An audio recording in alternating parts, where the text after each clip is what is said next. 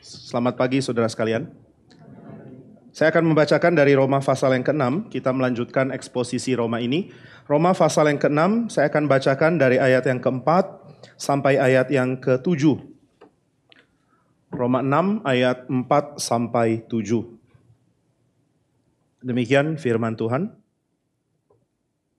Dengan demikian kita telah dikuburkan bersama-sama dengan Dia oleh baptisan dalam kematian, supaya sama seperti Kristus telah dibangkitkan dari antara orang mati oleh kemuliaan Bapa. Demikian juga kita akan hidup dalam hidup yang baru. Sebab jika kita telah menjadi satu dengan apa yang sama dengan kematiannya, kita juga akan menjadi satu dengan apa yang sama dengan kebangkitannya. Karena kita tahu bahwa manusia lama kita telah turut disalibkan, supaya tubuh dosa kita hilang kuasanya, agar jangan kita menghambakan diri lagi kepada dosa. Sebab siapa yang telah mati, ia telah bebas dari dosa. Mari kita berdoa. Ya Bapa di surga, kami sungguh bersyukur.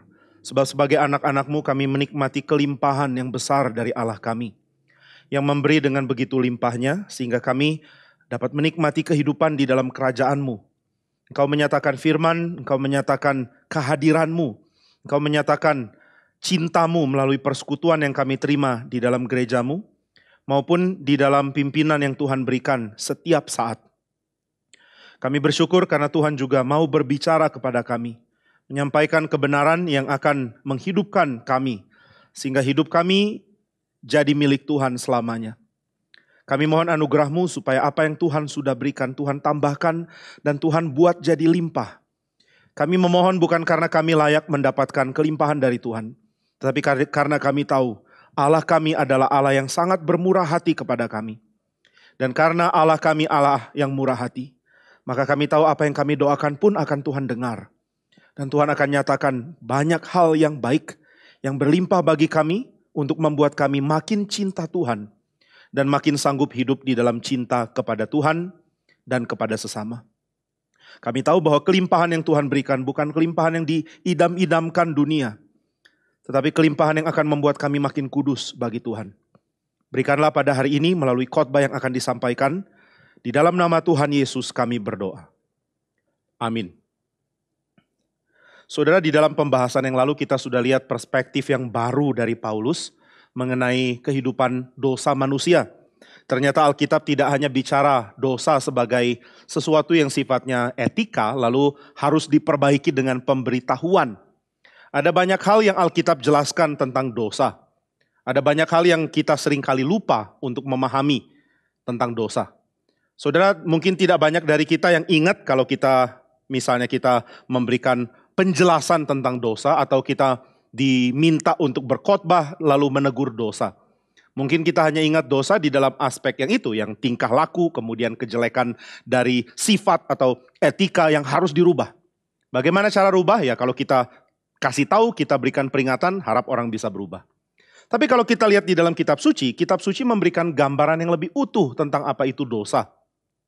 Di dalam pembahasan sebelumnya kita sudah lihat bagaimana penjelasan yang sangat total dari Paulus bahwa dosa terjadi di dalam Adam dan penebusan terjadi di dalam Kristus. Ini bukan tema yang saudara bisa peroleh dari sumber yang lain. Hanya dari kisah Alkitab, kisah ini bisa masuk.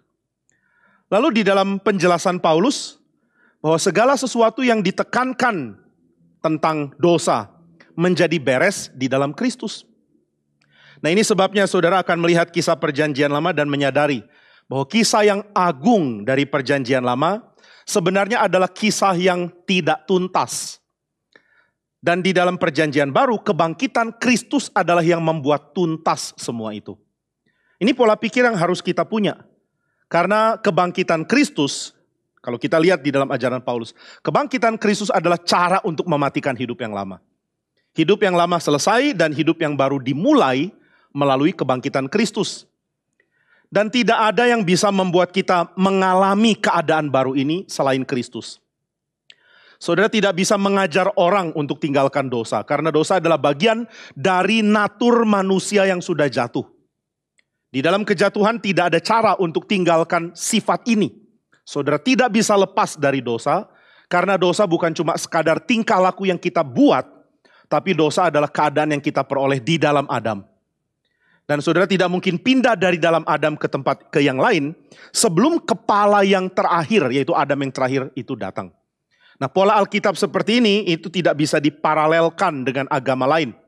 Saudara tidak bisa mengatakan kekristenan adalah satu dari banyak agama, enggak mungkin. Karena cara berpikirnya total beda. Dan ini yang membuat Injil sulit untuk diterima, karena Injil menuntut perubahan cara berpikir. Saudara, kita mungkin berusaha untuk menyampaikan Injil dengan cara yang dimengerti, tetapi orang sulit menerima berita Injil jika dia tidak merubah seluruh pengertian dia tentang hidup yang lama. Maka Paulus menyajikan di sini satu pengertian yang sangat luar biasa, sangat total. Kalau kamu di dalam Adam, kamu hanya bisa berharap kebangkitan Kristus sebagai solusinya. Solusi dari kehidupan yang lama tidak diperoleh dari pengajaran, tidak diperoleh dari tata cara agama, tidak diperoleh dari apapun.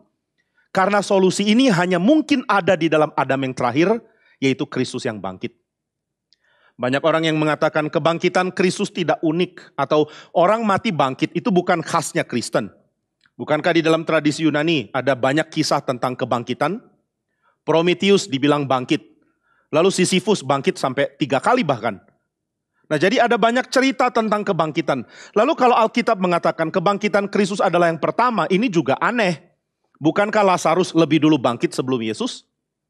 Bukankah orang-orang yang dibangkitkan Yesus lebih dulu bangkit dari dia? Bukankah di perjanjian lama Elia pernah membangkitkan seorang anak, Elisa juga melakukan hal yang sama? Jadi kebangkitan orang mati tidak khas menjadi milik Kristus, itu yang orang-orang akan pikir. Tapi saudara, banyak orang yang salah mengerti kebangkitan, seolah-olah kebangkitan adalah revitalisasi hidup. Tubuh yang sudah mati dihidupkan kembali. Namun kebangkitan bukan menghidupkan kembali tubuh yang mati, supaya kembali berfungsi seperti sebelum kematian. Kebangkitan adalah melanjutkan kemanusiaan dari Kristus. Kristus adalah Allah yang jadi manusia, jangan lupa. Untuk mencapai tubuh yang baru, kebangkitan. Kebangkitan bukan balik ke keadaan sebelum mati. Kebangkitan melanjutkan kesempurnaan dari pekerjaan Tuhan bagi manusia. Nah, jadi kebangkitan bukan balik ke keadaan sebelum mati. Kebangkitan adalah kelanjutan dari tahap berikut. Masuk ke tahap berikut dari menjadi manusia. Itu sebabnya kata resurrection itu lain dengan revivification. Itu ada banyak sekali V. Itu juga lain dengan resuscitate, gak usah Inggris lah. Itu lain dengan mengaktifkan kembali hidup. Kata resurrection bukan bikin aktif lagi tubuh yang mati. Lazarus diaktifkan kembali tubuhnya, dan itu adalah hidup lagi. Itu bukan resurrection sebenarnya. Nah, maka Yesus adalah yang pertama bangkit. Belum pernah ada yang bangkit sebelum dia. Maka kitab Injil menyajikan itu, mengisahkan itu dengan teliti sekali. Setelah Yesus bangkit ada hal yang sama tapi banyak hal yang beda. Ada hal yang sama, murid-murid dapat mengingat, oh ini Yesus. Waktu dia menawarkan makan, waktu dia memecah-mecahkan roti, waktu dia memberikan salam dan menyatakan berkat, orang langsung ingat ini Yesus. Tapi banyak hal yang beda yang belum pernah ditemui murid-murid sebelumnya. Kebangkitan adalah kelanjutan dari pekerjaan Kristus sebagai imam. Jadi saudara, kebangkitan bukan balik ke keadaan mati lalu hidup lagi. Itu yang pertama yang membedakan kebangkitan Kristus dengan kebangkitan orang mati di dalam kisah manapun. Entah itu di dalam kisah Alkitab ataupun di dalam mitologi manapun. Tidak ada orang bangkit seperti Kristus. Itu intinya. Nah, hal yang kedua, kebangkitan Kristus adalah kebangkitan yang memuncakkan seluruh problem dalam perjanjian lama yang berhenti dengan kasar. Berhenti dengan sangat mendadak. Semua problem dalam perjanjian lama tidak ada yang dituntaskan. Saudara sangat tertekan loh kalau cuma punya perjanjian lama. Saya nggak tahu bagaimana orang Yahudi bisa hidup sebenarnya. Mereka sabar sekali baca perjanjian lama dan tetap beriman, nanti Tuhan akan bereskan. Karena kitab suci mereka tidak memberikan solusi. Kalau orang Yahudi dengar ini dia nggak bisa bantah loh, karena dia memang menantikan solusi kok. Ya nggak tahu ya, ada orang Yahudi silahkan konfirmasi apa yang saya katakan. Saudara, perjanjian lama tidak memberikan penjelasan yang tuntas tentang kesempurnaan rencana Tuhan. Tuhan banyak janji di situ, tapi nggak ada tuntasnya. Tidak ada pernyataan bahwa janji Tuhan akhirnya selesai. Ya kalau saudara bilang, oh ada kok yang selesai, iya. Tapi setelah itu kembali ada problem yang membuka masalah yang sampai sekarang belum tuntas. Sampai perjanjian lama selesai belum tuntas. Nah, maka waktu saudara membaca perjanjian lama, saudara akan menemukan perjanjian lama membahas apapun yang saudara alami di dalam kisahnya. Nggak ada yang enggak. Di kebaktian 1 saya mengajak, di kebaktian 2 juga sama, saya mengajak saudara untuk tulis masalah saudara dan saya akan buktikan semua hal yang saudara alami yang berat, yang sulit, itu ada di perjanjian lama. Nggak ada yang enggak. Kalau saudara bilang, Pak saya ada masalah. Apa itu? Koneksi internet lambat. Ayo, di mana perjanjian lama bahas koneksi internet lambat sebagai masalah? Saya akan katakan masalahmu bukan koneksi internet lambat. Masalahmu adalah kamu kurang sabar. Dan masalah kurang sabar itu ada di cerita perjanjian lama, percayalah. Nah, jadi kalau saudara teliti masalah saudara, asal saudara dengan akurat menyatakan apa masalahnya, saudara dengan akurat mendeteksi masalah saudara apa, selalu akan ada paralelnya dari kisah perjanjian lama, yang manapun. Problem saudara, ada di dalam kitab Kejadian, problem saudara terjadi berkali-kali. Abraham mengalaminya, Ishak mengalaminya, Yakub mengalaminya. Saudara mengatakan ini problem relasi suami istri. Banyak yang mengalami itu. Ini problem tentang kebencian. Banyak sekali kisah di situ. Ini problem tentang tidak ada pengharapan. Banyak. Banyak kisah dalam perjanjian lama disajikan dengan cara yang sangat agung. Supaya kita tahu ada paralel dari masalah kita. Kita bukan satu-satunya orang yang sedang hadapi problem kita. Ada orang-orang di dalam perjanjian lama yang juga bergumul dengan hal yang sama. Nah, maka perjanjian lama menunjukkan kepada kita apa yang jadi kesulitan hidup manusia dan memberikan janji solusi, tapi nggak ada janji yang genap. Belum ada yang genap. Karena kalau kita baca di dalam kitab Kejadian diakhiri dengan tulang-tulang dari Yusuf harus dibawa kembali ke Kanaan. Sama seperti Yakub mengatakan, saya mau dikubur di Kanaan, jangan tinggalkan saya di Mesir. Nah, jadi endingnya adalah Yusuf mati dan tulang-tulangnya harus dibawa ke Kanaan. Itu bukan ending yang bagus. Kitab Taurat berakhir dengan Musa tidak masuk di tanah perjanjian. Kemudian kitab Yosua berakhir dengan masih ada tanah-tanah yang belum ditaklukkan. Kitab Hakim-Hakim berakhir dengan perang saudara di tengah Israel. Saudara bayangkan, kalau saudara berharap setelah masuk tanah Kanaan, semua akan menjadi baik, ternyata kitab Hakim-Hakim menunjukkan ekspektasi itu salah. Yang terjadi justru perang saudara, bukannya keutuhan umat, damai sejahtera, berdiam di tanah perjanjian Tuhan tanpa diganggu siapapun. Mereka hampir memunahkan salah satu suku dari Israel.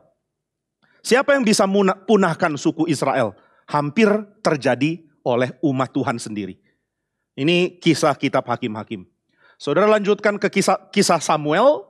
Saudara akan lihat kitab Samuel ditutup dengan kematian Daud. Bukan cerita yang bagus ya, ternyata raja idaman pun mati.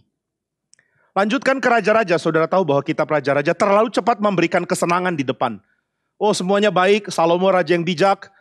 Bayangkan ya, bahkan dia bisa memberikan solusi yang luar biasa. Saudara, kisah yang paling terkenal dari Salomo adalah memunculkan hikmat di tengah-tengah kebodohan. Karena perempuan sundal itu adalah lambang kebodohan kalau kita lihat Amsal.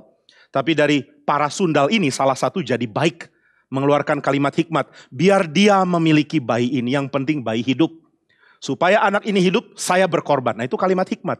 Kalimat hikmat muncul dari kebodohan. Itu hebatnya Salomo. Jadi kalau saudara baca kitab suci, harap baca di dalam cara mereka berpikir ya. Jangan lihat dengan cara kita. Karena kalau lihat dengan cara kita akan heran lihat Salomo terlalu dipuji.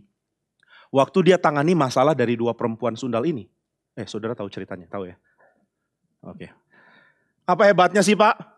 Tiba-tiba mau potong bayi, strategi apa itu? Tapi bukan itu yang ditunjukkan oleh kitab raja-raja. Lihat dari kebodohan muncul hikmat karena Salomo. Lalu Salomo mendirikan bait suci dan saudara tahu ceritanya. Akhirnya dia jatuh dalam penyembahan berhala. Kemudian kerajaan itu pecah. Waduh, ini benar-benar buruk. Sudah pecah, kitab raja-raja diakhiri dengan pembuangan. Pembuangan utara lebih dulu. Setelah itu selatan cuma bertahan sebentar, ada malaikat tolong bunuh 185.000 tentara. Habis itu habis. Loh, terus apa gunanya kitab raja-raja? Karena endingnya begitu buruk. Oh ya kan, masih ada kitab versi paralelnya, Tawarik. Tawarik juga menyajikan pemandangan yang sama kok. Israel dibuang. Lalu kitab mana? Kitab nabi-nabi, isinya kemarahan Tuhan kepada orang Israel.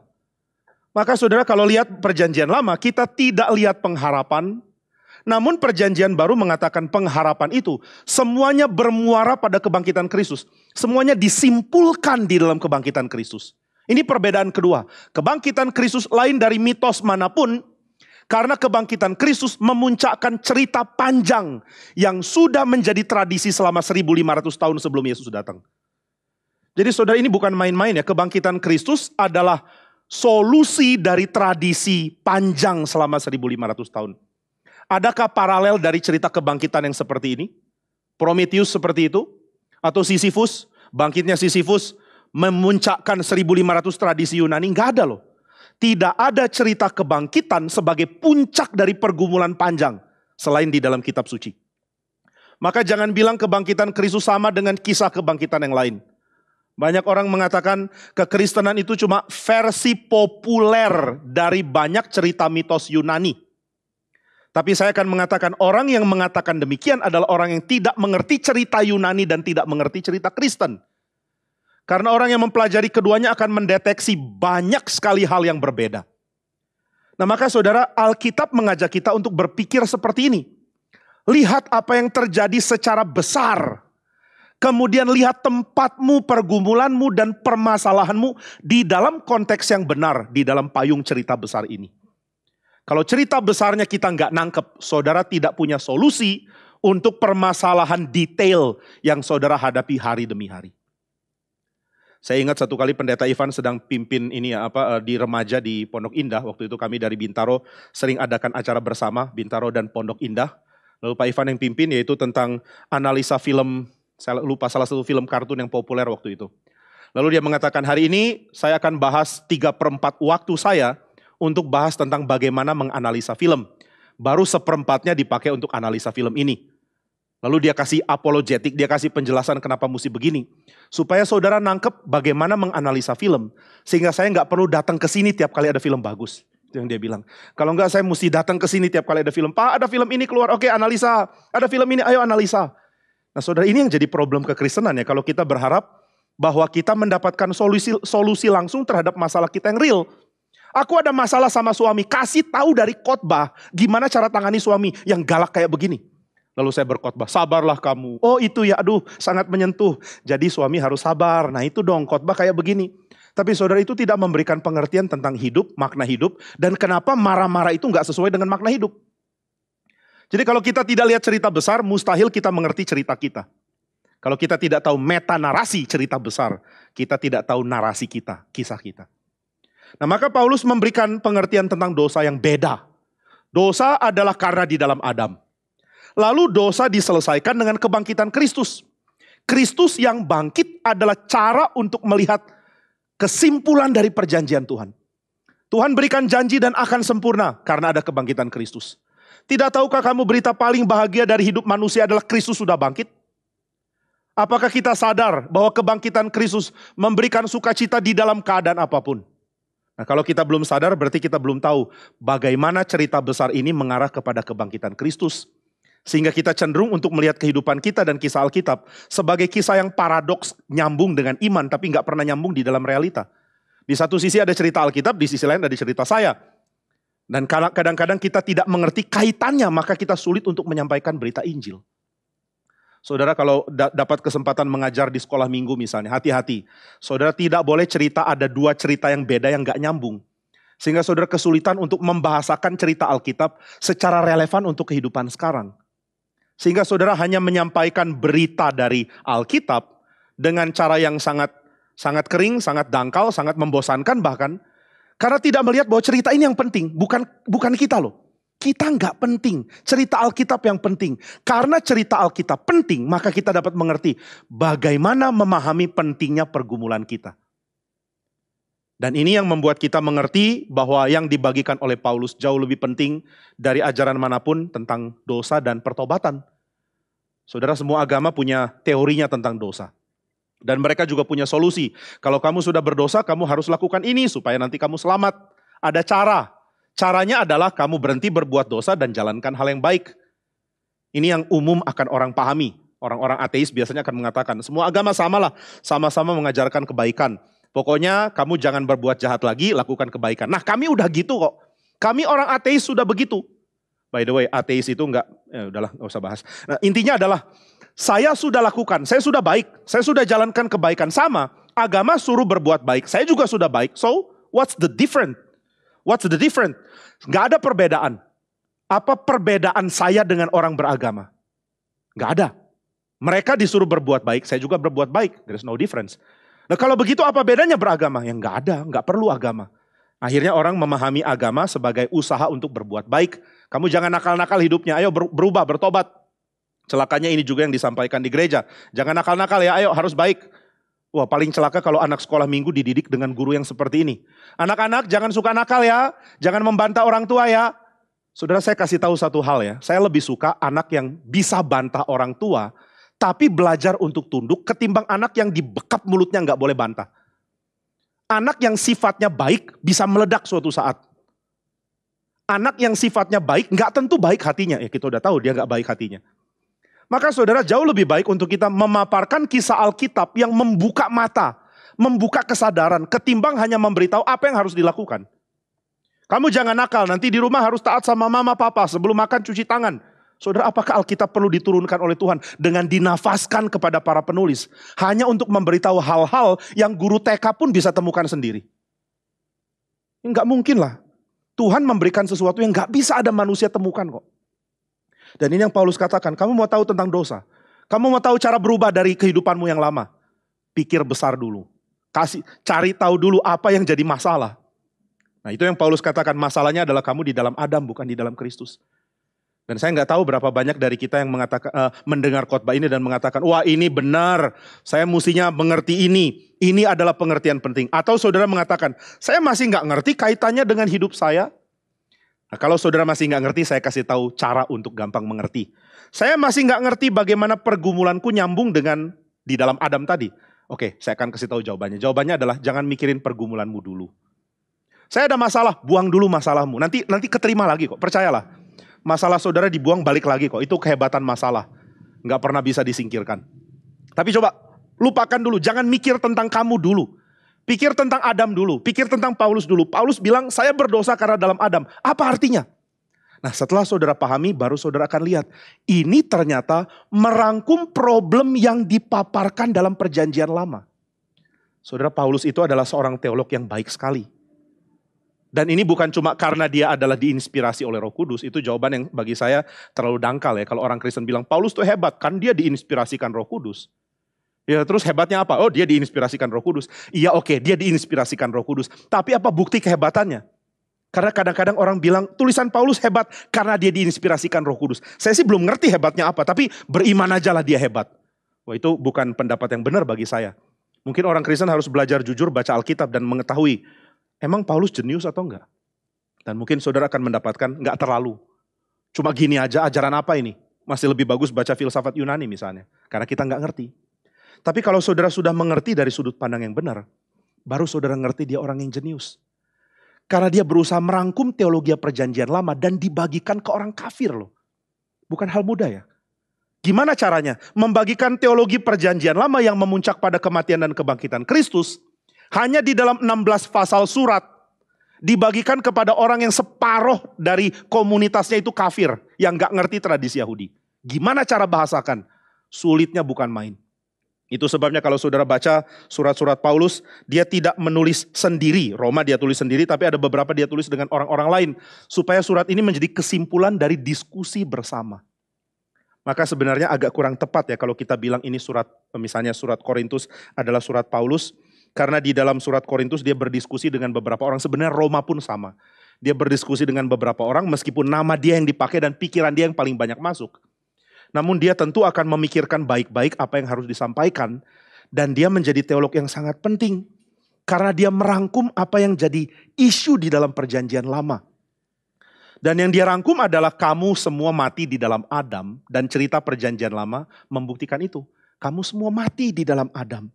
Kalau begitu kamu dapat pengharapan lewat kebangkitan Kristus. Ini yang dikatakan. Kamu mati di dalam Adam, sekarang di dalam kebangkitan Kristus kamu bangkit. Nah sekarang kita lihat lebih detail. Apanya yang mati di dalam Adam, yang akhirnya bangkit di dalam Kristus. Mari kita lihat ayat yang keempat. Dengan demikian kita telah dikuburkan bersama-sama dengan dia oleh baptisan dalam kematian. Supaya sama seperti Kristus telah dibangkitkan dari antara orang mati oleh kemuliaan Bapa. Demikian juga kita akan hidup dalam hidup yang baru. Perhatikan cara Paulus memberikan pengajaran tentang pengharapan hidup yang baru. Nah tadi saya sudah singgung, problemnya adalah saya punya dosa, saya bertindak jahat, saya punya pikiran jahat, saya punya hati jahat. Lalu bagaimana setelah saya percaya Tuhan Yesus, saya bukan lagi di dalam Adam. Ternyata kejahatan saya adalah karena saya berbagian di dalam kepala yang lama, di dalam Adam. Sekarang saya sudah di dalam kekepalan yang baru, di dalam Kristus. Berarti saya otomatis sudah pindah. Kalau begitu bagaimana dengan tindakanku? Dibiarkan saja? Aku punya hati yang jahat, aku punya pikiran jahat, aku punya keputusan jahat, aku punya tindakan jahat. Ini dibiarkan saja atau harus dirubah? Kalau dirubah apa signifikansinya? Kenapa penting bagi saya untuk rubah tingkah laku saya? Kalau faktanya saya sudah pindah dari dalam Adam di dalam Kristus. Nah ini yang Paulus mau jelaskan. Jadi saya sudah punya keadaan baru di dalam Kristus. Iya. Kalau gitu bagaimana dengan kehidupan lama saya? Otomatis berubahkah? Saudara mungkin sering dengar perkataan yang mengatakan serahkan dosamu di kaki salib Kristus. Itu perkataan yang saya nggak pernah ngerti dari dulu loh. Gimana cara serahkan dosa kepada Kristus? Nggak ada yang jelaskan. Saya kadang-kadang berpikir saya terlalu jahat waktu masih kecil. Nggak terlalu kecil lah, SD, SMP. Karena tiap kali dengar khotbah saya penasaran gimana. Tapi saya nggak berani tanya, takut saya paling bodoh dari yang lain. Karena saya lihat wajah teman-teman saya, mereka oke-oke aja kok. Ketika guru sekolah minggu mengatakan, ayo anak-anak kasih dosamu ke Kristus. Dosa dikasih ke Kristus.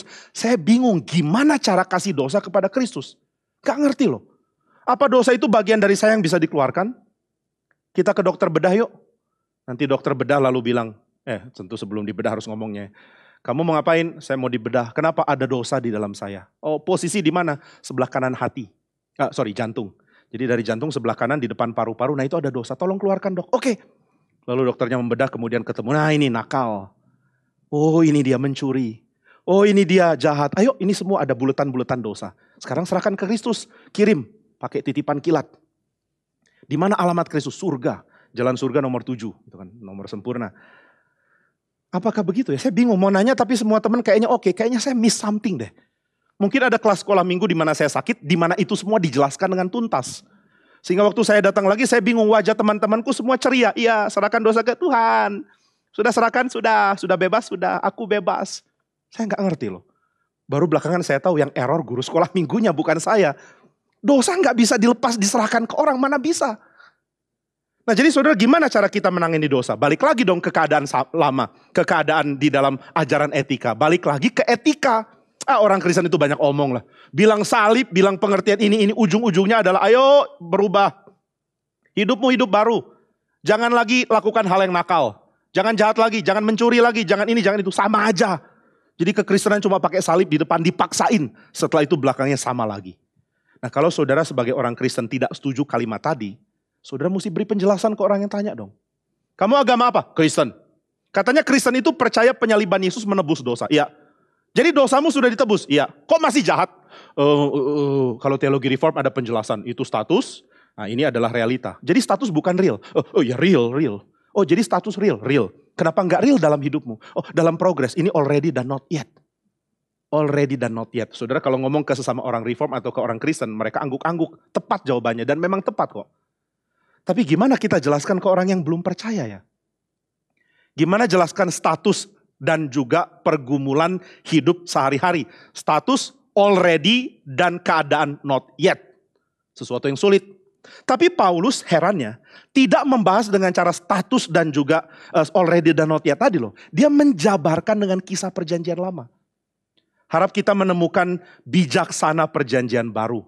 Yaitu para penulis perjanjian baru seringkali memakai pola dan urutan perjanjian lama untuk membuat poin mereka.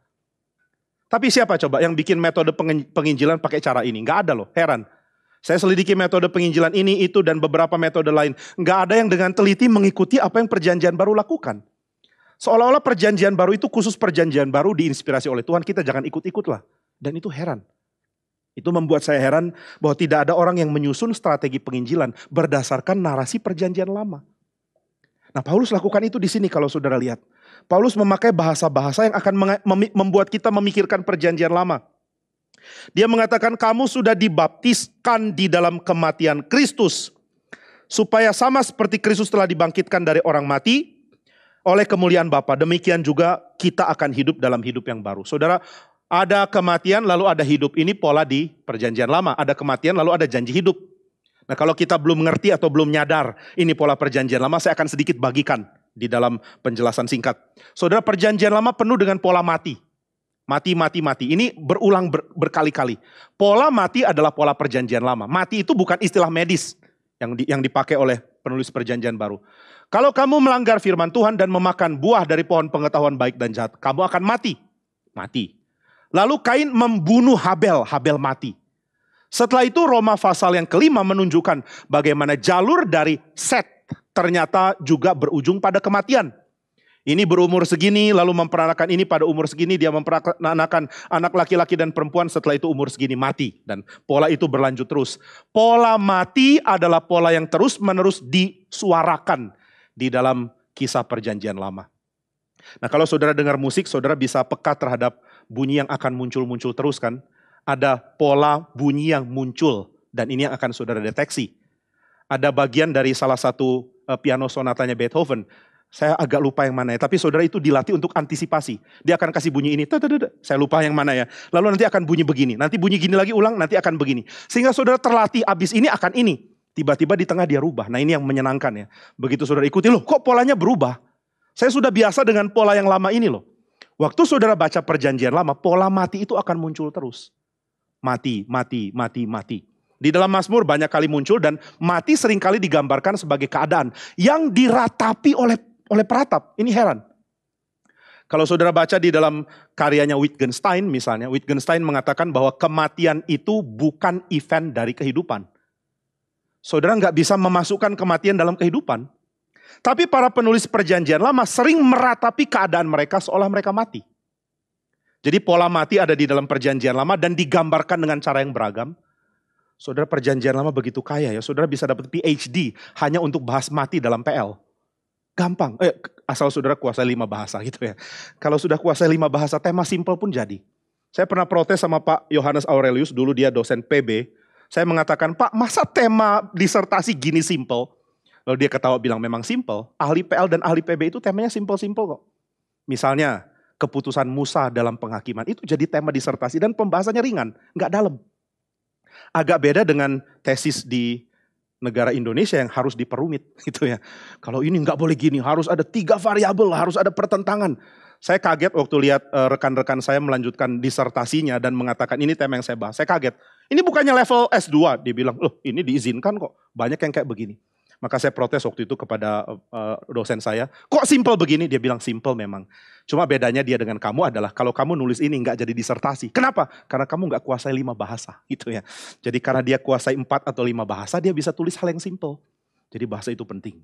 Saudara kuasailah bahasa Indonesia, Sunda, sehari-hari, bahasa kasar itu udah 4. Nah, jadi saudara sekalian, perjanjian lama penuh dengan bahasa tentang kematian.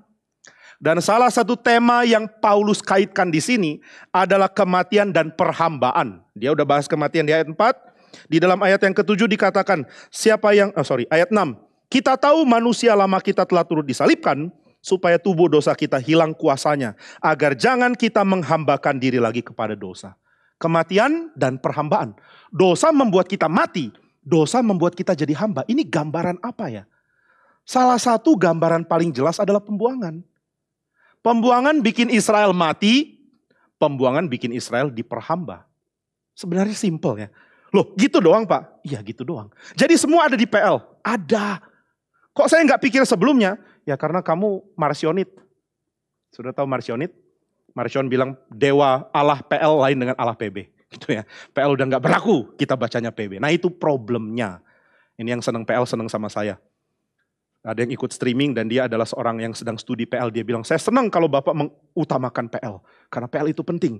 Lalu saya bilang, PL penting tapi menyedihkan kalau nggak ada PB. Dan dia setuju sih, masih puji Tuhan dia setuju. Nah jadi saudara sekalian, gambarannya adalah pembuangan. Israel dibuang, dia mati. Di dalam Yesaya 24, Yesaya mengatakan pembuangan itu membuat mati. Bukan cuma sekadar menderita. Luther mengatakan kalau kamu baca surat Roma mengindikasikan bahwa problem manusia adalah manusia mati. Bukan cuma sakit, bukan cuma kurang pinter. Kalau manusia bodoh, kata Martin Luther, kasih dia pendidikan. Kalau manusia sakit, kasih dia obat. Kalau manusia jahat, kasih dia pelajaran etika. Kalau manusia mati, kasih dia kebangkitan. Nggak ada cara lain. Nah, maka saudara, Paulus membahas kematian dan perhambaan. Ini identik dengan keadaan Israel dibuang. Israel dibuang, dijajah oleh Babel, dan itu mati. Mereka tidak bisa lepas, mereka nggak bisa keluar. Mereka mau bebas, tapi nggak bisa. Gimana cara lepas dari dosa, dari perhambahan di Babel? Nggak bisa. Babel terlalu kuat dan Tuhan sudah buang mereka. Maka saudara sekalian, Paulus mengingatkan, kamu berada dalam kematian dan kamu berada dalam perhambaan karena dosa. Dosa sedang memperhamba kamu. Di dalam Roma pasal 1, Paulus mengatakan Tuhan menyerahkan orang-orang yang tidak mau menyembah Dia kepada keinginan hati mereka yang jahat. Tuhan menyerahkan kepada hawa nafsu mereka yang cemar. Ini dalam pasal yang pertama saja ya, sudah diulang 3 kali. Lalu pasal 1 ayat yang ke-26 dikatakan, Tuhan menyerahkan mereka kepada pikiran mereka yang terkutuk. Tuhan menyerahkan mereka pada keinginan mereka, menyerahkan mereka kepada hawa nafsu mereka, menyerahkan mereka kepada pikiran mereka. Tuhan serahkan. Di dalam perjanjian lama kata serahkan berarti Tuhan biarkan umatnya diperbudak oleh kekuatan yang lain. Tuhan mengatakan, kamu tidak mau aku yang menguasai hidupmu? Sudah, selamat datang penguasa yang baru. Hei penguasa baru, silakan taklukkan mereka. Sama dengan Israel. Kamu tidak mau aku menjadi Allahmu? Silakan ilah lain menjadi Allahmu. Dan kamu silakan pikirkan bedanya. Diperhamba oleh Babel atau menjadi hambaku. Silakan pikirkan. Maka Israel dibuang. Jadi saudara, Tuhan menyerahkan Israel kepada kuasa Babel. Di dalam Mazmur pengharapan terjadi ketika pemazmur mengatakan, Tuhan, saya bersyukur karena Engkau tidak menyerahkan aku. Tuhan tidak menyerahkan aku kepada maut. Mazmur 118 ayat 18 misalnya. Tuhan tidak menyerahkan aku. Mazmur yang ke-16 juga menyatakan hal yang sama. Tuhan tidak menyerahkan aku. Mazmur 31 menyatakan hal yang sama. Tuhan tidak menyerahkan aku. Mazmur 124 menyatakan hal yang sama. Tuhan tidak menyerahkan aku. Berarti Tuhan membalikan pembuangan. Kalau sebelumnya Tuhan serahkan Israel dijajah oleh Babel. Sekarang Tuhan tidak menyerahkan aku untuk dijajah yang lain. Tuhan menjadikan aku miliknya. Nah, maka kita lihat perspektif yang satu lagi dari Paulus, bahwa dosa itu adalah yang menjajah kita. Dosa menaklukkan kita. Saudara tidak menjalankan keinginan saudara. Saudara menjalankan keinginan dosa. Saudara nggak ingin jadi orang egois yang menyebalkan, tapi saudara nggak bisa rubah. Saudara nggak ingin jadi orang yang cuma kejar hawa nafsu, tapi saudara nggak bisa lepas. Saudara tidak ingin jadi orang yang kejam, yang jahat, tapi saudara nggak bisa lepas. Saudara tidak ingin hilang emosi, hilang kontrol, jadi orang yang emosional, tapi saudara nggak bisa lepas. Saudara tidak ingin penakut, tapi saudara nggak bisa lepas. Saudara tidak ingin serakah, tapi saudara nggak bisa lepas. Ini apa ya? Ada kuasa yang paksa saya. Andai saya bisa berhenti, tapi saya nggak bisa. Ada kuasa. Maka yang dijelaskan oleh Paulus adalah waktu orang di dalam dosa, dia sedang diperhamba, sedang dibuang, sedang dijajah oleh bangsa lain gambarannya. Israel dijajah oleh Babel dan kamu dijajah oleh dosamu. Lalu bagaimana caranya Israel bebas? Saudara, di dalam kitab Yesaya, Israel bebas karena ada sang Mesias menghancurkan Babel. Ada kalimat aneh dari kitab Yesaya ya. Aku sudah memanggil Koresh yang diurapi. Itu kalimat mengagetkan. Koresh yang diurapi, Mesias. Mesias artinya yang diurapi. Jadi ada Raja Koresh, Raja Persia, yang disebut oleh Tuhan sebagai yang diurapi. Nah, banyak yang mengatakan ini nubuat Yesaya, ada yang mengatakan ini tambahan belakangan. Saya nggak peduli yang manapun ya. Saudara, banyak orang Injili percaya ini tambahan. Saya tidak anggap mereka liberal. Karena mereka masih percaya meskipun ini tambahan itu diinspirasikan oleh Tuhan. Atau saudara mau mengatakan enggak ini dilihat Yesaya langsung. Enggak apa-apa. Yang manapun oke.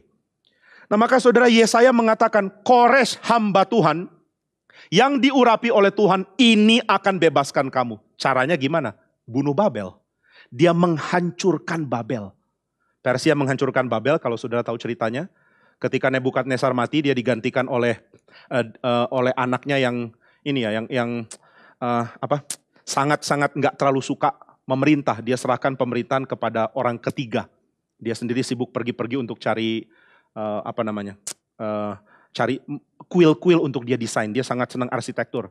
Nah, setelah itu Babel diperintah oleh Belshazzar kalau di dalam kitab suci, dan setelah itu generasi dari pemerintahan Babel beralih ke Persia. Kerajaan Persia datang mengepung Babel yang jaya itu dan mereka menemukan jalan masuk lewat jalur air. Ketika itu Babel sudah sangat sombong, dikepung pun masih buang-buang makanan. Saudara, tujuan mengepung adalah supaya yang dikepung itu mati kelaparan. Tapi mereka lempar babi yang sudah dimasak keluar loh. Dibayangkan ya berapa stresnya saudara kalau jadi tentara Persia. Kepung sudah berapa lama? Sudah sekian lama mereka pasti kelaparan. Tiba-tiba ada babi panggang keluar. Pluk. Loh mereka belum kelaparan loh, masih buang-buang babi. Celaka, sampai berapa lama kita di sini? Tapi kemudian mereka menemukan jalur air. Mereka masuk dan menemukan orang-orang Babel mabuk semua. Dan mereka menghancurkan Babel. Babel dimatikan oleh Persia. Setelah itu Tuhan menggerakkan Koresh. Hei Israel, pulang, bangun bait. Bebas. Israel bebas dari kepenguasaan. Tuhan tidak lagi menyerahkan mereka kepada kuasa bangsa-bangsa lain. Tuhan lepaskan mereka. Sekarang Paulus katakan hal yang sama. Kamu tadinya diperbudak oleh dosa. Kamu melakukan apa yang dosa perintahkan. Sekarang di dalam Kristus kamu dibebaskan. Dibebaskan dari mana? Dari dosa. Nah ini problem sekarang. Dosa itu apa? Gimana caranya dosa dimatikan? Apakah seperti tadi? Dosa adalah bagian dari dalam diri saya lalu saya serahkan ke Tuhan Yesus. Gitu kan, serahkan di kaki salib dosamu. Bentar, wah ketinggalan di rumah dosa saya. Saya tadi bawa kok, kemana ya? Nah umpamalah ini dosa ya, ini meskipun putih tapi anggaplah ini putih palsu. Putih munafik gitu ya. Ini kemunafikan, ini maling, ini penghancuran rainforest. Ironically benar gitu ya. Kemudian ini adalah pencurian, ini hawa nafsu, ini tukang nyolong, ini egois. Semua hal-hal jelek ini ada dalam diri saya. Lalu Tuhan mengatakan, kamu dikuasai oleh hal-hal, iya, jadi bukan di sini tapi di sini ya. Bisa lepas, nggak bisa. Dia menguasai saya, dosa jangan lari. Dia menguasai saya, dia memerintah saya, dia menghancurkan saya, dia suruh saya kerjakan yang saya nggak mau sebenarnya. Saya nggak bisa lepas dari hawa nafsu, dari keegoisan, dari kejahatan, dari kepenakutan, segala macam ini loh. Saya nggak bisa lepas, gimana caranya? Serahkan ke kaki Yesus. Ini akan dibunuh oleh Tuhan ya, dihancurkan oleh Tuhan. Oke, nah lepas, sekarang serahkan di kaki Tuhan. Tuhan hancurkan. Enggak bisa. Karena di dalam Roma pasal yang pertama dikatakan bahwa yang kerjakan dosa itu kamu. Bukan ada aspek lain di luar. Kamulah yang berdosa. You are the sinner. Kamu yang berdosa. Dosa itu bukan entitas lain yang di luar saya. Dosa itu adalah saya. Saya berdosa. Kalau begitu, kalau Babel dihancurkan Persia untuk bebaskan Israel, dosa harus dihancurkan Yesus untuk bebaskan saya. Bagaimana cara saya berdosa dihancurkan? Dengan saya dimatikan. Saya yang mati, bukan dosa. Karena saya dan dosa identik. Maka saudara saya mesti mati supaya saya bebas. Dan ini membingungkan. Gimana saya mati supaya saya bebas? Gak ada yang bisa lakukan itu kecuali saudara melihat Kristus. Kalau saudara tidak punya Kristus, saudara mau mematikan diri yang berdosa, saudara nggak punya harapan kebangkitan. Tapi karena saudara dibaptis di dalam Kristus, dikatakan oleh Paulus, maka saudara mengalami diri saudara yang adalah jahat itu. Yang membelenggu saudara, karena dosa adalah ya diri saudara sendiri. Itu yang dimatikan. Saya ingat perkataan Pak Stephen Tong ketika di salah satu ini ya bukunya ya. Dia mengatakan, satu kali ada satu awan hitam lagi nangis. Saudara pasti tahu cerita ini, sangat terkenal. Awan hitam lagi nangis. Pak Tong kalau cerita dramatis sekali kan. Saya nggak mau lagi hidup. Saya sangat putus asa. Lalu didekati. Hei siapa kamu? Aku setan. Loh setan kenapa nangis? Karena aku dituduh sama orang Kristen. Orang Kristen kalau nyontek dibilang setan nyontek. Saya nggak pernah nyontek dibilang saya yang nyontek. Kalau jahat dibilang setan jahat, kalau nakal dibilang setan nakal, zina dibilang setan zina, roh zina, semua saya. Padahal aku nggak lakukan gitu ya. Jadi awan hitamnya nangis-nangis selalu harus dihibur. Ayo jangan khawatir, orang Kristen memang gitu, udahlah tenang aja, kuatlah, be strong in the Lord gitu misalnya. Nah jadi saudara dosa nggak kayak gitu loh. Saudara nggak bisa lempar dosa lalu bilang itu setan, itu roh jahat, itu iblis. Nggak masuk akal, Alkitab nggak bilang begitu. Dosa adalah kamu berbagian di dalamnya. Kamu berbagian karena pikiranmu jahat, pikiranmu membelenggu kamu. Keinginanmu jahat, hatimu jahat. Dan baik pikiran, keinginan, dan hati itu kamu. Itu cuma cara lain mengatakan kamu. Di dalam konsep Alkitab mengatakan diri, pikiran, dan hati itu sama. Karena saudara ini ya, melihat pusat pikiran ada di hati itu wajar. Orang-orang yang awalnya mengatakan pikiran itu berpusat di kepala itu mungkin baru muncul di abad ke-2 sebelum Masehi. Aristotle pun mengatakan bahwa ya pikiran itu ada di hati. Itu namanya kardiosentrik. Jadi otak di mana? Di jantung. Jantung itu pusatnya pikiran. Seluruh penulis perjanjian lama dan perjanjian baru percayanya itu. Kalau saudara bilang itu medically incorrect. Secara medis nggak benar. Secara anatomi nggak benar. Ya terserahlah. Tapi itu bahasa yang mereka pergunakan zaman itu. Kalau berpikir di sini. Bahkan yang uniknya adalah Aristotle berkata bahwa tugas otak itu, ini yang unik ya. Tugas otak adalah membersihkan darah. Udah ketukar-tukar semua ya. Bukannya itu ginjal. Iya, Aristoteles nggak punya pengetahuan medis seperti kita. Saudara harus menghargai orang di dalam konteks zaman dia. Dia jenius di zaman itu. Kalau dia sekarang di sini, dia udah lebih ngerti dari kita tentang dunia medis pastinya. Nah jadi saudara, banyak orang berpikir jantung itulah pusat pikiran. Saudara kalau berpikir ya begini. Nggak gini. Karena ini cuma bersihin darah kok. Atau bikin mata jadi jernih, ada yang bilang gitu. Ini tugasnya adalah bikin mata jernih. Ini pusat air mata gitu ya, ada yang bilang begitu juga. Nah jadi saudara, nggak ada pengertian tentang ini, tentang otak adalah pusat dari pikiran sebelum masuk di dalam zaman modern sebenarnya. Di konsep medis yang lebih belakangan. Nah, apakah penulis Perjanjian Baru menyadari itu atau enggak, kita enggak tahu. Tapi bahasa yang mereka pakai adalah bahasa kardiosentrik, berpusat ke jantung. Bukan enkefalesentrik, bukan berpusat ke kepala, di dalam kepala, ke otak. Nah, jadi bagi orang Israel dan bagi orang Yahudi, mengatakan perasaan dan pikiran itu sama, enggak ada bedanya. Enggak ada perbedaan antara pikiran dan perasaan. Sama-sama di sini. Berpikirnya di sini, berperasanya di sini, segalanya di sini. Semua kejahatan bersumber dari hati. Maksudnya itu, pikiranmu, perasaanmu, kehendakmu, semua di sini. Dan itu jahat, dan itu adalah cara untuk mengatakan itu kamu. Bukan cuma jantung saya jahat, ayo keluarkan. Enggak, seluruh diri saya adalah jahat, maka seluruh diri saya harus ditaklukkan. Seluruh diri saya harus dimatikan. Supaya diri saya bisa hidup dengan kesucian. Maka saudara, penaklukan dosa dimulai dengan kematian diri yang lama. Nah ini konsep yang harus kita tahu. Dan kematian diri yang lama hanya mungkin berpengharapan kalau kita juga menyatu dengan dia yang akan bangkit. Kalau Yesus mati dan dia tetap mati, saudara nggak akan ada kemungkinan untuk lepas dari dosa. Tapi kalau saudara satu di dalam Kristus, maka dirimu yang lama mati, tapi dirimu yang baru bangkit di dalam Kristus. Dan ini yang Paulus katakan, kamu sudah dibaptis di dalam kematian, supaya sama seperti Yesus dibangkitkan, demikian kamu akan hidup di dalam hidup yang baru. Hidup yang baru milikmu karena kamu sudah satu dengan Kristus. Gimana satu? Dengan dibaptis. Dibaptis oleh siapa? Oleh Roh Kudus.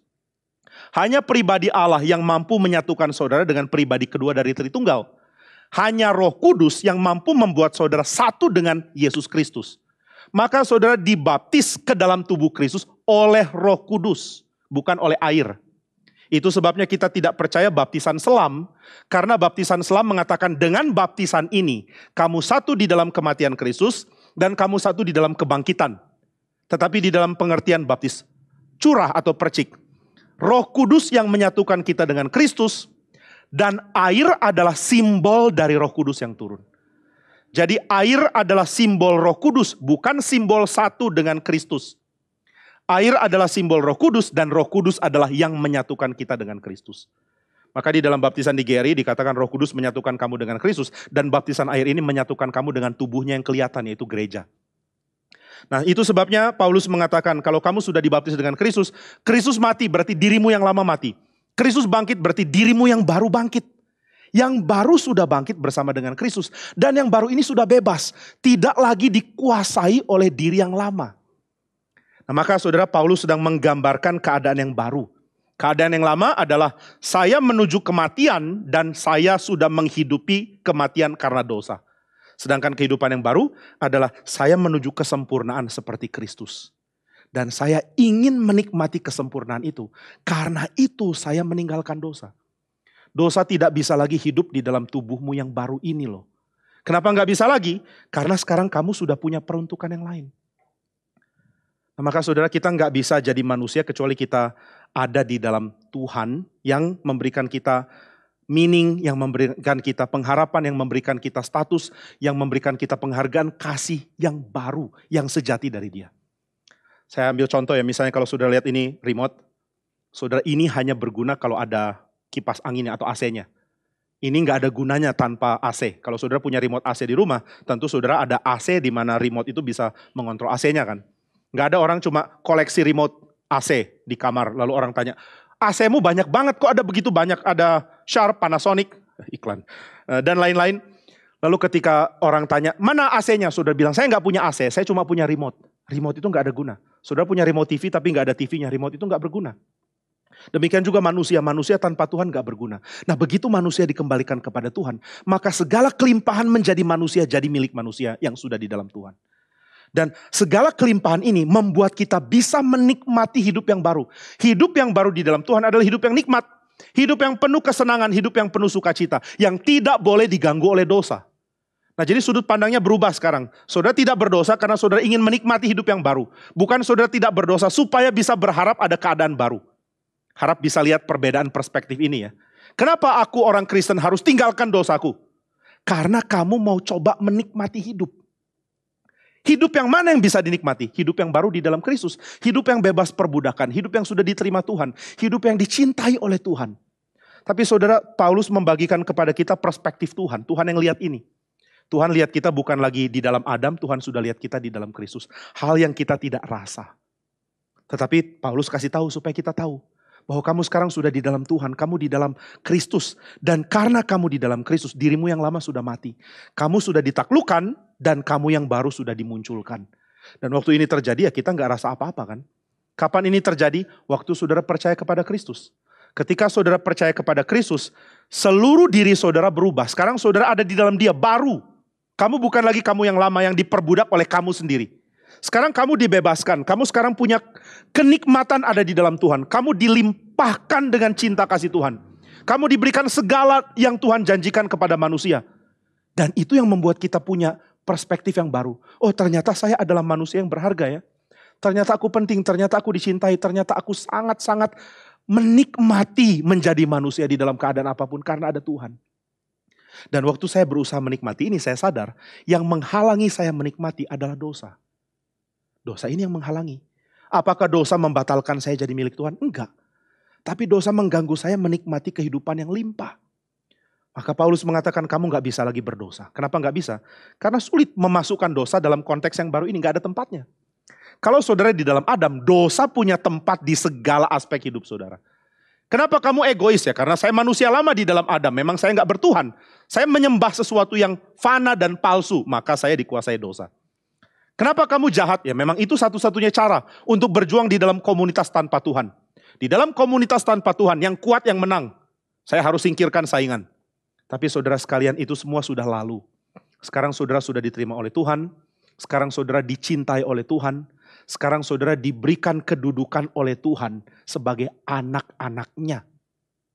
Nah kalau ini kita tidak hargai ya sudah. Kita nggak nikmati hidup sebagai orang Kristen. Menikmati hidup sebagai orang Kristen hanya mungkin dilakukan kalau saudara menyampahkan kenikmatan yang tanpa Tuhan itu loh. Kalau tanpa Tuhan itu nggak menyenangkan, baru ada harapan untuk menikmati kehidupan di dalam Tuhan. Sehingga Paulus mengatakan kamu sekarang sudah disalibkan, manusia yang lama sudah disalibkan, supaya tubuh dosa kita, diri kita yang lama, hilang kuasanya.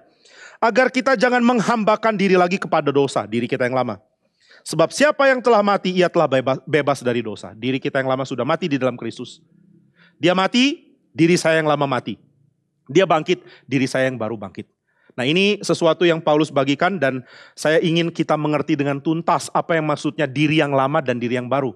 Diri yang lama berarti saudara mempunyai konteks, saya bilang konteks mungkin enggak terlalu jelas ya. Saudara mempunyai lingkungan, saudara mempunyai kepala, saudara mempunyai Tuhan yang baru. Yang lama sudah mati. Saudara manusia itu harus hidup di dalam konteks dan Tuhan, enggak bisa enggak. Manusia perlu komunitas dan perlu Tuhan. Tanpa komunitas dan tanpa Tuhan kita enggak hidup, kita mati. Coba lihat ada manusia tanpa manusia lain, dia mati. Tapi sebenarnya tanpa Tuhan pun manusia mati. Nah diri kita yang lama diperbudak. Karena kita tidak dikuasai oleh Tuhan yang penuh kasih. Kita dikuasai oleh ilah yang kejam, yang tidak berperasaan, yang tidak berpribadi. Kalau saudara mendewakan uang, saudara sedang dikuasai ilah namanya uang. Dan uang itu kejam. Uang itu menuntut saudara menghabiskan hidup saudara demi dia. Dan dia nggak memberikan faedah apa-apa. Kalau saudara kerja demi uang, saudara sedang dibelenggu. Kalau saudara kerja demi tanggung jawab saudara. Demi panggilan saudara. Demi keharusan karena cinta kasih. Saudara baik. Saudara berlimpah. Nah jadi jangan dikuasai oleh uang. Jangan dikuasai oleh nama. Jangan dikuasai oleh hawa nafsu. Itu semua dewa yang kejam. Lalu komunitas saudara, komunitas seperti apa itu juga akan menentukan hidup saudara seperti apa. Sekarang saudara sudah dipindahkan dari yang lama tak bertuhan dan tak berkomunitas. Ke dalam kehidupan yang baru yang berkristus, berbapa, berroh kudus dan berkomunitas.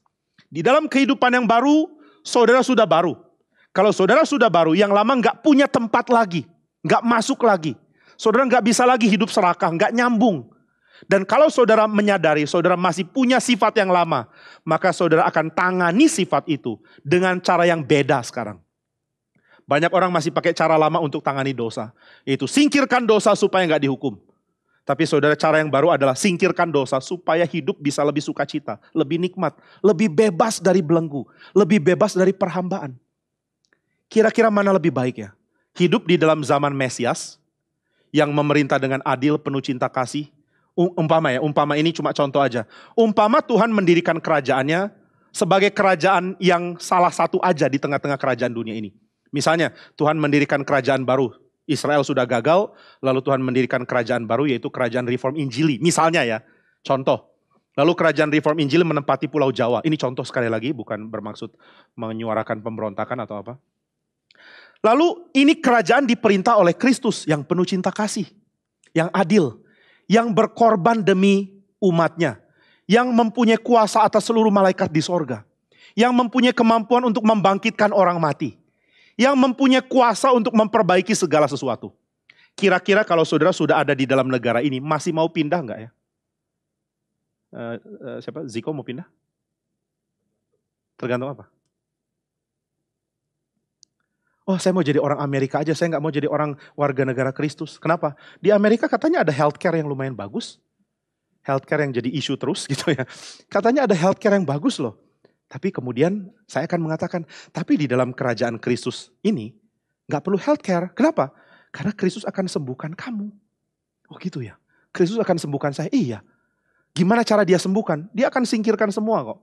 Air mata disingkirkan, nanti sapi bisa damai dengan singa. Bayangkan kebun binatang gak perlu fence. Semuanya akrab gitu kan. Gak ada kebun binatang mungkin ya. Jadi semuanya akan baik, manusia akan dipulihkan sebagaimana dia seharusnya berada. Gak ada persaingan kerja karena semua punya posisi masing-masing. Gak akan ada krisis keuangan karena semua saling memberi kok. Gak akan ada gap antara yang kaya dan miskin karena semua akan menutup kekurangan yang lain. Gak ada kebencian di sini.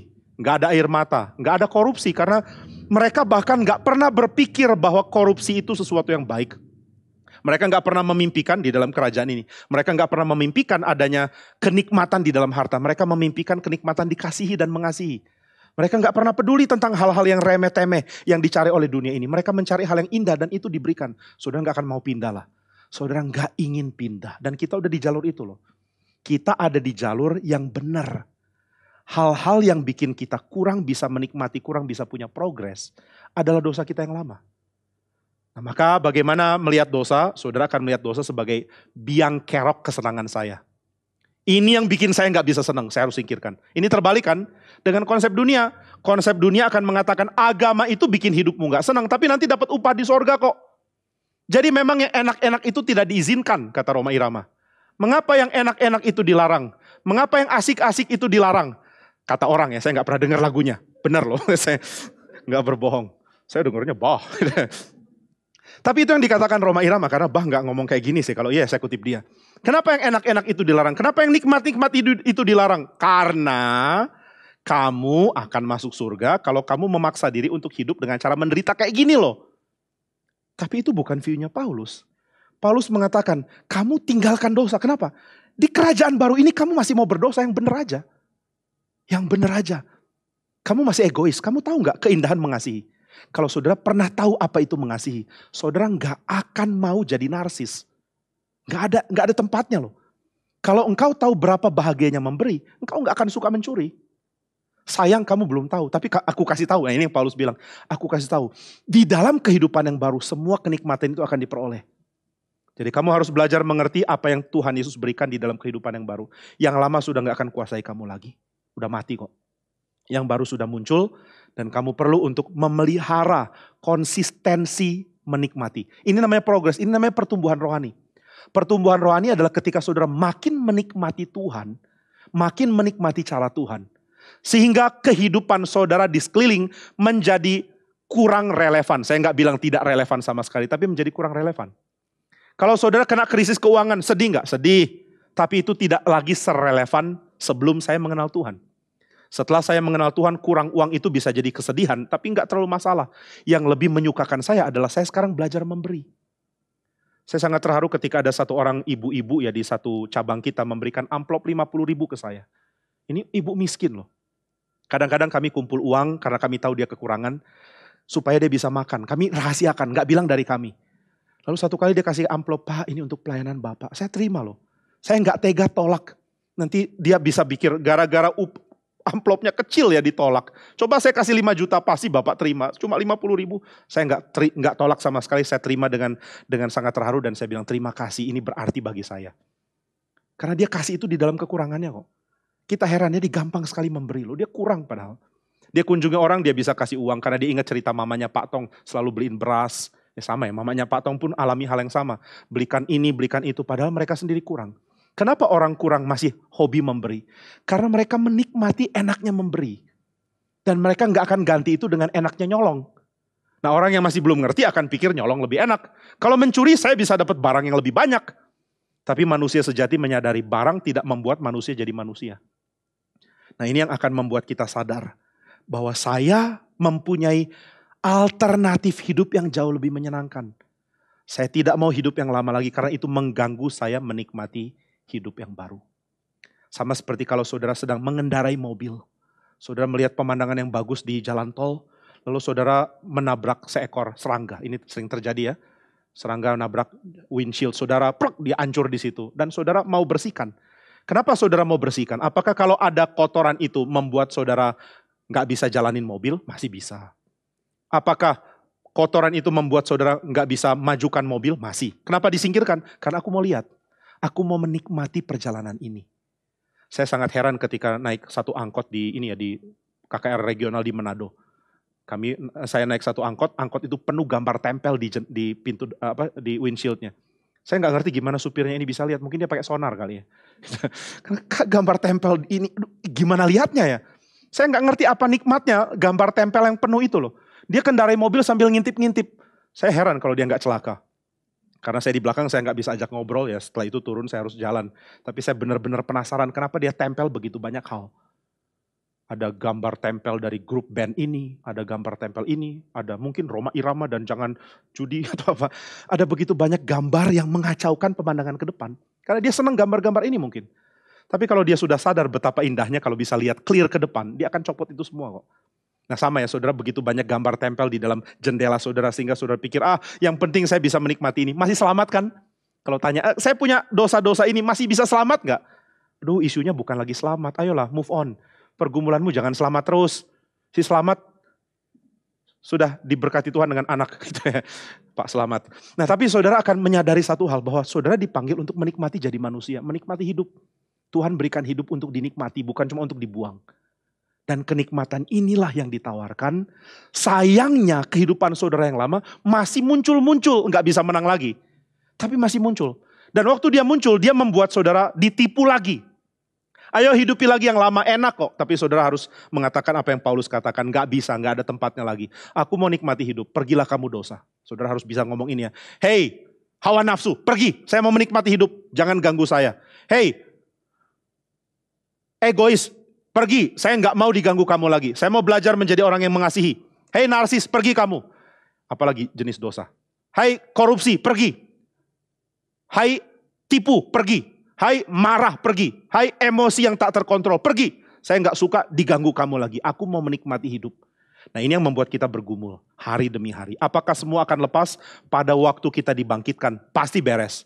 Tapi sebelum kita dibangkitkan, Tuhan inginkan kita nikmati juga kehidupan yang penuh di dalam keadaan yang baru. Saudara bukan di dalam lama, karena saudara sudah mati. Penguasa yang lama, yaitu dirimu yang lama, sudah dibunuh lewat kematian Kristus. Karena saudara satu dengan dia. Dan dirimu yang baru sudah dibangkitkan di dalam Kristus. Maka kita menjadi penting karena kita ada di dalam Kristus. Dan saudara jangan pikir heran lagi, apa sih maksudnya di dalam Kristus? Saya nggak ngerti di dalam Kristus itu apa. Di dalam Kristus berarti saudara dikasihi oleh dia, saudara menjadi milik dia. Saudara hidup untuk mencerminkan dia. Apapun yang saudara lakukan adalah untuk membawa kerajaannya ke sini. Dan ketika saudara perjuangkan itu, kelimpahan hidup akan terjadi. Banyak orang Kristen rela jadi martir, menyatakan kemuliaan nama Kristus. Kenapa mereka lakukan itu? Karena mereka tahu, entah mereka diancam kematian atau tidak, inilah kebiasaan mereka setiap hari. Kebiasaan mereka adalah menukar hidup mereka dengan kesaksian. Nah, itu kita lakukan itu juga kok. Saudara nggak diancam digorok orang mungkin. Tapi saudara sedang menghabisi satu hari. Nyawamu habis hari ini. Supaya saudara bisa bersaksi. Bisa berbagian di dalam kerajaan yang baru. Ini yang kita lakukan. Harap kita bisa menangkap bijaksana ini. Karena hidup Kristen itu limpah. Dirimu yang lama sudah mati. Supaya dirimu yang baru bebas dari penguasa lain. Hanya Kristus yang berhak atas diri saudara. Karena dia rela mati bagi saudara. Dirimu pun tidak berhak atas dirimu. Dirimu menguasai dirimu itu dosa. Dirimu yang lama. Tapi dirimu yang sekarang tidak dikuasai oleh dirimu. Aku hidup bukan lagi aku yang hidup. Melainkan Kristus. Kristus penguasaku. Karena di dalam kuasanya. Aku mengerti apa itu cinta, diterima, dikasihi. Dan dijadikan objek yang dikasihi dengan besar. Sampai dia rela berkorban bagi saya. Dia mati bagi saya. Itu alasan paling besar untuk membuat aku sukacita. Dipimpin oleh dia. Kiranya Tuhan memberikan kita hikmat untuk mengerti pesan ini. Mari kita berdoa. Bapa di surga, kami mohon Tuhan yang berikan hikmat sehingga kami mengerti bagaimana harus menikmati hidup di dalam Tuhan. Tuhan tolong kami supaya kami tinggalkan dosa-dosa kami sehingga kami menikmati kehidupan yang baru di dalam Kristus. Tuhan sudah berikan kami kebebasan dari diri kami yang lama, yang jahat, yang sangat egois, yang tidak mau kenal Tuhan, yang bodoh, yang cemar, yang membawa kami ke dalam kebinasaan. Karena kami sudah dimatikan di dalam Kristus, penguasa kami yang lama sudah mati, sekarang penguasa kami yang baru yaitu Kristus yang sudah bangkit, akan membangkitkan kami bersama-sama dengan Dia. Terima kasih untuk segala sukacita dan kesenangan ini, biarlah Tuhan yang pelihara kami tetap bersukacita di dalam Tuhan, sehingga keadaan apapun yang kami alami, dapat kami alami dengan penuh pengharapan dan sukacita di dalam Tuhan. Terima kasih Bapa di surga. Dalam nama Tuhan Yesus kami berdoa. Amin.